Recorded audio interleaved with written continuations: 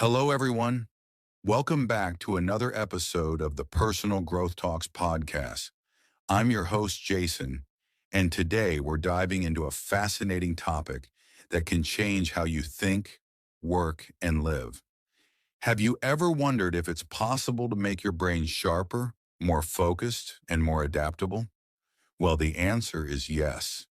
In this episode, we're talking about how to train your brain for success and mental well-being.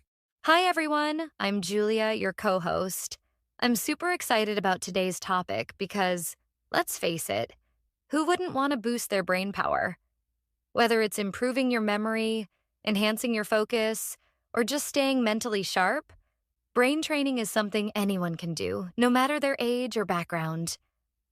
And the best part? It doesn't require expensive tools or complicated methods.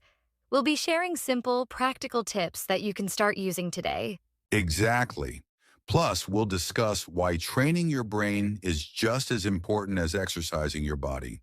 So grab a cup of coffee, find a comfy spot, and let's explore how you can unlock the full potential of your mind. And if you're listening and have your own tips or experiences about brain training, we'd love to hear them. Drop us a comment after the show or share your thoughts on social media. Now, Jason, let's get started by understanding what it really means to train your brain. So, Julia, when we talk about training your brain, it might sound a little abstract to some people. I mean, our brains aren't muscles we can lift weights with at the gym. So, what exactly does it mean to train your brain? Great question, Jason. Training your brain means engaging in activities that challenge your mind, improve your cognitive abilities, and help you think more clearly and effectively. It's like giving your brain a workout to keep it strong, flexible, and adaptable. That's an interesting way to put it. So, it's not just about solving puzzles or memorizing facts, right? It's also about developing new ways of thinking or approaching problems. Exactly. It's about creating new neural pathways in your brain. For instance, when you learn something new, like a language or a skill, your brain builds connections between neurons. The more you practice, the stronger those connections become, just like how physical exercise builds muscle. That makes sense. I've read that brain training isn't just for improving memory or focus. It can also help with emotional resilience and creativity. It's almost like tuning a car engine to make it run more smoothly. Absolutely. And here's an interesting fact. Studies show that regularly training your brain can even slow down age-related cognitive decline. That means we can keep our minds sharper for longer if we make brain training a part of our daily lives. That's powerful. So training your brain isn't just about solving math problems or playing memory games. It's about giving your mind the tools it needs to stay strong, adaptable, and creative in an ever-changing world. Exactly, Jason. And the best part? It's something anyone can do, no matter their age or current mental abilities. Whether it's learning a new hobby, practicing mindfulness, or even just taking on small challenges like brushing your teeth with your non-dominant hand, every effort counts. I love that. Simple changes can make a big difference. So now that we've got a clear understanding of what brain training is, let's talk about why it's so important in our daily lives. All right, Julia, now that we know what brain training is, let's dive into why it's so important. I mean, in today's fast-paced world, where everything seems to be about efficiency and multitasking, why should we make time to train our brains? Great question, Jason.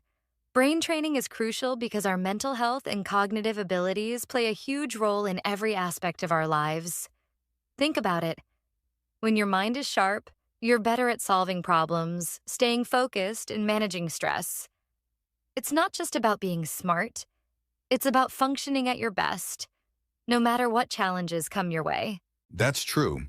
I've noticed that when I'm mentally tired or unfocused, even small tasks feel overwhelming. But when my brain is in good shape, I can tackle things more efficiently and creatively. Exactly. And here's another reason brain training matters. Our brains are like any other part of our body. They need exercise to stay healthy. If we don't challenge our minds, they can become sluggish over time. This is especially important as we age because regular brain training can reduce the risk of cognitive decline and memory loss. That's a good point. So brain training is like an investment in our mental future. But it's not just about preventing issues, right? It's also about enhancing our current abilities, like improving focus, decision-making, and even emotional control. Absolutely. For example, people who regularly train their brains often report feeling more confident and capable in their daily lives. And let's not forget that brain training can also boost creativity. By challenging your mind with new activities, you open yourself up to fresh ideas and perspectives. That's inspiring. So whether we're looking to stay sharp as we age or simply be more effective and creative in our daily lives, brain training is essential. Exactly. It's not just a luxury, it's a necessity in today's world. And the good news is, anyone can do it. In the next segment, we'll talk about some simple ways to start training your brain right now. All right, Julia, we've talked about why brain training is important, but I'm sure our listeners are wondering, how do I actually train my brain? So let's get into some simple, practical ways to start. Absolutely, Jason. The great thing about brain training is that it doesn't have to be complicated or time consuming. One of the easiest ways is to challenge your brain with puzzles and games. Things like crosswords, Sudoku, or even mobile brain training apps can help improve your problem solving and critical thinking skills. That's a great tip. I also heard that learning something new is one of the best ways to train your brain. For example, picking up a new language, learning to play an instrument, or even trying a new recipe can create new neural connections and keep your mind engaged. Exactly. And here's another one: physical exercise. Believe it or not, staying physically active is fantastic for your brain.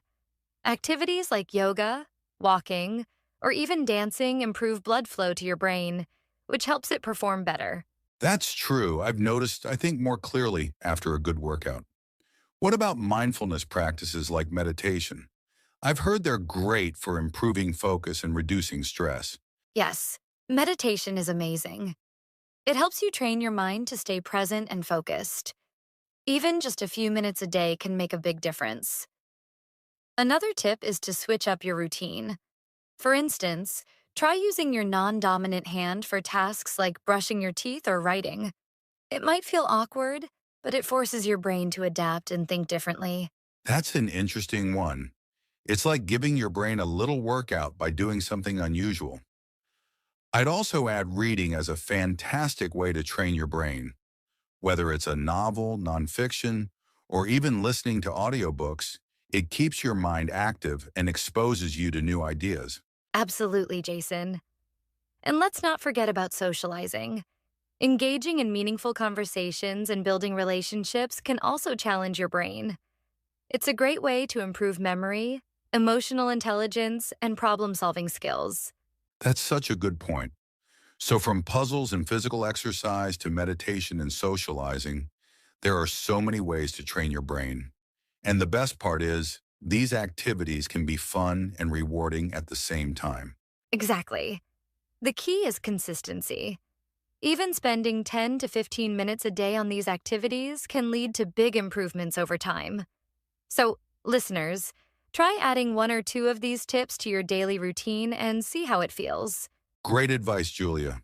In the next segment, we'll talk about some common challenges people face when trying to train their brains and how to overcome them. So, Julia, we've covered a lot of great tips for training your brain, but like anything else, it's not always smooth sailing. People often face challenges when trying to start or stick to brain training. Let's talk about some of those challenges and how to overcome them. Absolutely, Jason. One of the most common challenges is consistency. Many people start strong but lose motivation after a few days or weeks. Life gets busy and brain training takes a back seat. That's so true. I've been there myself. One way to overcome this is to set small, realistic goals. For example, instead of saying, I'll meditate for 30 minutes every day, start with just 5 minutes. Small steps are easier to stick to and they build momentum. Great point. Another challenge is feeling overwhelmed or not knowing where to start. With so many brain training methods out there, it can be hard to choose the right one. In that case, I'd say start with something you enjoy. If you love puzzles, begin with crosswords or Sudoku. If you prefer movement, try yoga or dance. The key is to make it fun so it doesn't feel like a chore. Exactly. Another big challenge is distractions. With smartphones, social media, and endless notifications, it's easy to lose focus. Distractions. The modern day enemy of productivity. A simple way to handle this is to create a distraction-free zone. Turn off notifications, set a timer, and dedicate that time solely to brain training. Even 10 minutes of focused effort can make a difference. That's a great tip. And finally, some people might feel discouraged if they don't see results right away. Brain training is a gradual process, and it takes time to notice improvements. Absolutely. The key here is patience and persistence. Think of it like planting a tree. You won't see it grow overnight, but with consistent care, it will flourish. Well said, Jason. So, listeners, remember, it's okay to face challenges. What matters is finding strategies that work for you and staying committed to the process. You've got this. Great advice, Julia. Coming up, we'll wrap things up with some final thoughts and a quick recap of what we've learned today. You know, Julia, sometimes hearing about someone else's experience can be really inspiring. Do you have any personal stories or examples of how brain training has helped someone you know, or even you personally? I do, Jason. A friend of mine, Sarah, started doing simple brain exercises during the pandemic. She began with puzzles and later picked up learning Spanish through a language app. She told me it was tough at first, but over time she noticed she could focus better at work and even felt less stressed. It's like her mind became sharper and more resilient. That's amazing. I've had a similar experience. A few months ago, I started meditating for just 10 minutes a day to improve my focus. Honestly, I didn't think it would work, but after a couple of weeks, I noticed I wasn't as easily distracted. I could sit down and finish tasks without constantly checking my phone. It was a game changer. That's incredible, Jason. I think stories like these show how small changes can lead to big improvements over time. And it doesn't have to be something fancy. Another friend of mine simply started reading a book every night before bed. She said it not only helped her relax, but also improved her memory and vocabulary. It's those small, consistent habits that really make a difference.